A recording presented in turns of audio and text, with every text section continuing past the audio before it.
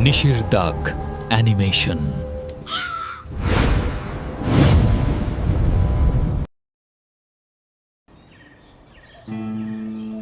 আমার জীবনে সে এক অদ্ভুত ঘটনা ঘটেছিল।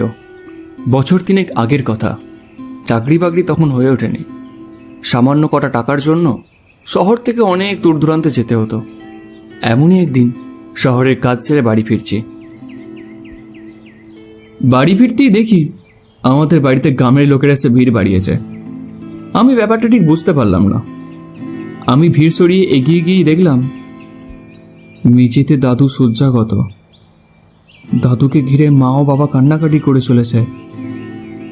আমাকে দেখে বাবা বললেন, বাবা তুই এসেছিস, দেখ তোর দাদু আর আমাদের মধ্যে নেই। কথাটা শুনে আমার মনটা বেশ খারাপ হয়ে গেল। আজ থেকে ঠিক 5 বছর আগে ঠাকুমা আমাকে এইভাবে ছেড়ে চলে গিয়েছিল। আজ দাদুও চলে গেল। ছোটবেলায় কত গল্পই না শুনেছি তাদের মুখে। কিছুক্ষণ পর সব কিছুর ব্যবস্থা করে আমরা রওনা হলাম শ্মশানের দিকে। বাবার সাথে আরও 3 জন সব দেহটাকে কাঁধে নিল। আমিও হরিকাকা হ্যারিকেন অন্যান্য জিনিস নিয়ে সামনের দিকে এগিয়ে চলেছি। বলো হরি হরি বল, বলো হরি হরি বল। বল হরি হরিবল ধ্বনিতে কেঁপে উঠল চারিদিকটা। শ্মশানে পৌঁছেই বাবার সাথে আরও 3 জন গেল কাঠ আনতে, আর আমি আর হরিকাকা মৃতদেহটাকে আগলে নিয়ে বসে থাকলাম। শ্মশানটা বেশ নির্জন। আশপাশে কোনো মানুষের বসবাস নেই। চারিপাশটা লতাবতায় ভরা, আর তারই মাঝে মধ্যে 2-1টা বড় বড় গাছ। তোমায় একটা কথা বলি শোনো। হ্যাঁ বলো। দেখো তোমার দাদু মারা গেছে তুমি বেরিয়ে যাওয়ার ঠিক 2 ঘন্টা পরে। এই যে মোড়াটাকে এতক্ষণ ফিরিয়ে রাখা হলো, একে তো শনিবার, তার উপর আজ আবার অমাবস্যা। একেই এই মাসটা মোটেও ভালো না।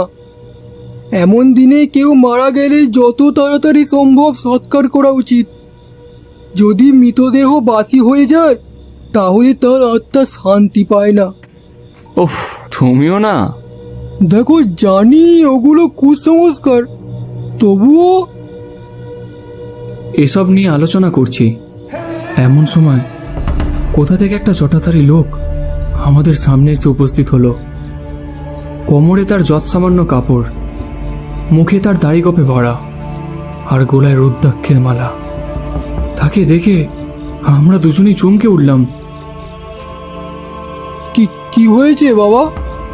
এই দেহটা আমায় দিয়ে দে, আমি সাধনার কাজে লাগাবো। কথাটা বলতেই আমার মাথায় রক্ত উঠে গেল। আপনি কি পাগল? কি আবোল তাবোল বকছেন? মূর্খ বালক, তুই জানিস তুই কার সাথে কথা বলছিস? তোর দাদুর কপাল ভালো যে ও পিশাচ তিথিতে মরেছে। এই তিথিতে যারা মরে তাদের দেহ কোনো সাধারণ দেহ থাকে না। যদি ভালো চাস তো দেহটা আমায় দিয়ে দে। তুই এখান থেকে চলে যা, না হলে তোকে আজ মেরেই ফেলবো। ঠিক আছে ঠিক আছে, আমি না হয় চলে যাচ্ছি, কিন্তু জেনে রাখ সাধনা তো আমি আজকে করবই, আর এই মরা নিয়েই করব। তান্ত্রিকের কথা শেষ হওয়ার পর তীক্ষ্ণস্বরে একটা পাখি ডেকে উঠল। তান্ত্রিক আর কোনো কথা না বলে রাগে গজগজ করতে করতে এখান থেকে চলে গেল। তান্ত্রিক চলে যাবার পর গোটা শ্মশানটা যেন আবার নিঝুম অন্ধকারে ডুবে গেল। তোর বাবারা এখনো ফিরছে না কেন বলতো? কি জানি, এত দেরি হওয়ার তো কথা নয়। শ্মশানে এইভাবেই দুজনে অপেক্ষা করছিলাম। হঠাৎ দূরের ঝোপটা যেন নড়ে উঠল। কি হচ্ছে সব? দাঁড়াও, গিয়ে দেখছি। আমি উঠে গিয়ে ঝোপটার দিকে এগিয়ে গেলাম। ঝোপটার কাছে যেতেই দেখলাম একটা বিড়াল। ওহে হরি কাকা, এটা একটা বিড়ালেরই কীর্তি। তুমি মিছে মিছে ভয় পাচ্ছিলে। আমি কোনো সাড়া না পেয়ে পিছন ফিরতেই দেখি হরি কাকা এক দৃষ্টিতে দাদুর নিথর দেহর দিকে তাকিয়ে আছে। কি মারাত্মক সেই চাউনি! আমি ব্যাপারটা ঠিক বুঝতে পারলাম না। হঠাৎ হরি কাকার হলোটা কি? কিছুক্ষণ পর সে উঠে দাঁড়ালো। তারপর সে দাদুর মৃতদেহটাকে টানতে টানতে নিয়ে চলল। কিন্তু সে যাচ্ছে কোথায়? আমি সেখানে আর দাঁড়িয়ে না থেকে হরি কাকার পিছু নিলাম। ওহ, বড্ড দেরি হয়ে গেল যে। হ্যাঁ, চলো চলো তাড়াতাড়ি পা চালাও। ওখানে ওরা একা একা বসে আছে। এই তো চলে এসেছি, আর একটুখানি।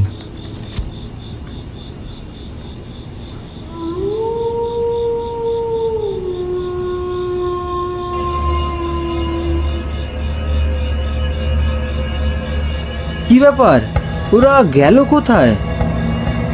মৃতদেহটাই বা কোথায় গেল? সত্যি তো, মৃতদেহটা গেল কোথায়? এখানে তো শুধু মরার খাটিয়াটিই পড়ে আছে। ওরা কোথাও পালিয়ে যায়নি তো? পালিয়ে গেলেও ওরা মরাটা কেন নিয়ে যাবে? জানি না বাবা, কিন্তু এটা জানি এই চাপাডাঙ্গা শ্মশানের অনেক দুর্নাম আছে। ওই চল সবাই। হরি কাকাকে অনুসরণ করতে করতে আমি একটা জায়গায় এসে থমকে দাঁড়ালাম। দূর থেকেই দেখলাম সেই জটাধারী তান্ত্রিক দামোদর নদীর ধারে একটা অশ্বত্থ গাছের নিচে বসে অনবরত মন্ত্র বলে চলেছে। আর তান্ত্রিকের চারপাশে 3টে মরার খুলি ঘুরেই চলেছে।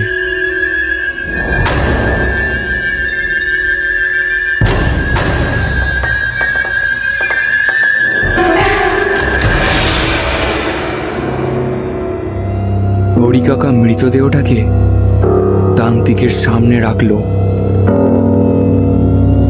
তান্ত্রিকের চোখ খুলতেই সঙ্গে সঙ্গে ঘুরতে থাকা মুন্ডুগুলো অদৃশ্য হয়ে মিলিয়ে গেল।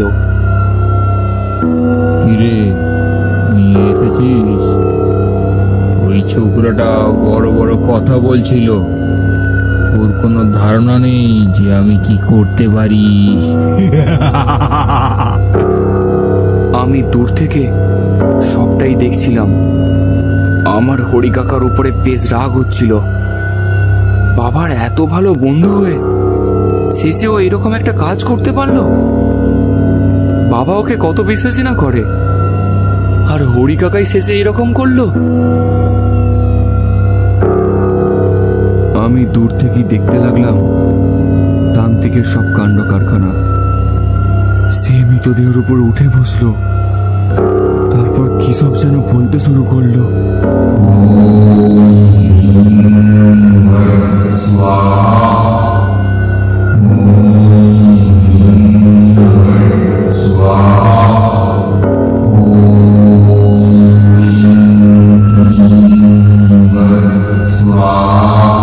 আমি মনের সাহস নিয়ে তান্ত্রিকের সব কুকর্মগুলো দেখতে লাগলাম।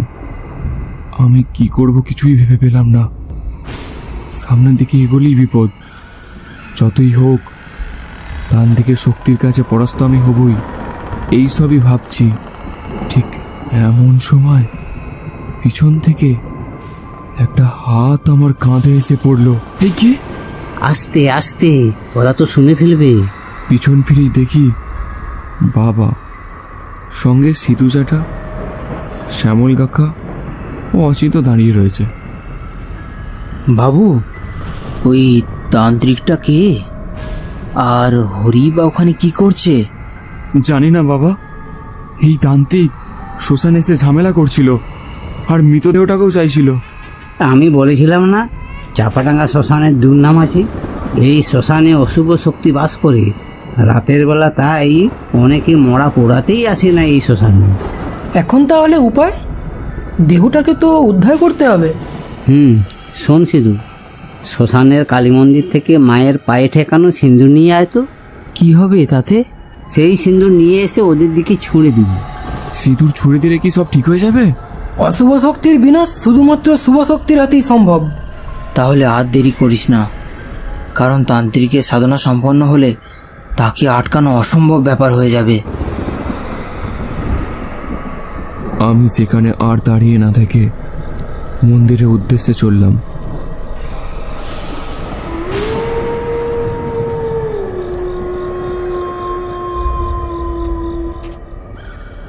মন্দিরটা শ্মশান থেকে খানিকটা উত্তর দিকে। আমি দামোদর নদীর পার বরাবর চললাম। মন্দিরের কাছে আসতেই দেখলাম মন্দিরটা বেশ পুরনো।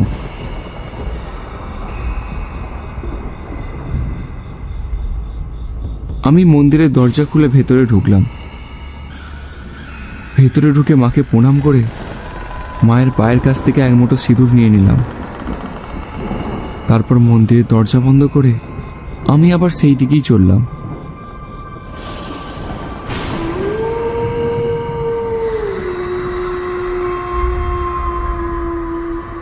সেখানে পৌঁছেই দেখলাম তান্ত্রিক মৃতদেহের উপর উঠে দাঁড়িয়েছে।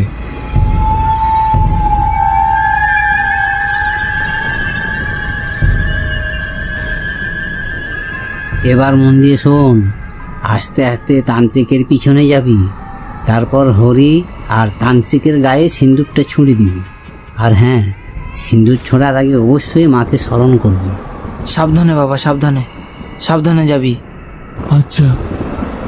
আমি ধীরে ধীরে তান্ত্রিকের পেছন দিকে এগিয়ে গেলাম। প্রথমে আমি তান্ত্রিকের গায়ে দিলাম ছুঁড়ে, তারপর হরি কাকার দিকে। হ্যাঁ, কি হচ্ছে আমার সাথে? কি হচ্ছে? তুই এটা ঠিক করলি না। আমি আবার আসবো ফিরে, এর বদলা আমি নেব। তুই আমার স্বপ্ন ভেঙেছিস, এবার তোর স্বপ্ন ভাঙতে আমি আসবো, আসবো, আসবো। কথাটা বলতে বলতে তান্ত্রিক নদীর ধারের দিকে পালিয়ে গেল। আমি স্বস্তির নিঃশ্বাস ফেললাম। ঝোপের আড়াল থেকে বাবা ও বাবার বন্ধুরা বেরিয়ে এলো। একবার যদি তান্ত্রিক তার কাজ সম্পূর্ণ করতে পারতো তাহলে আর রক্ষে থাকতো না। ভাই, তুই অজান্তে আমাদের গ্রামকে এক বড় বিপদের হাত থেকে রক্ষা করলি। হরির জ্ঞান ফিরতেই আমরা যথাযথ নিয়ম মেনে দাদুর মৃতদেহটাকে দাহ করলাম।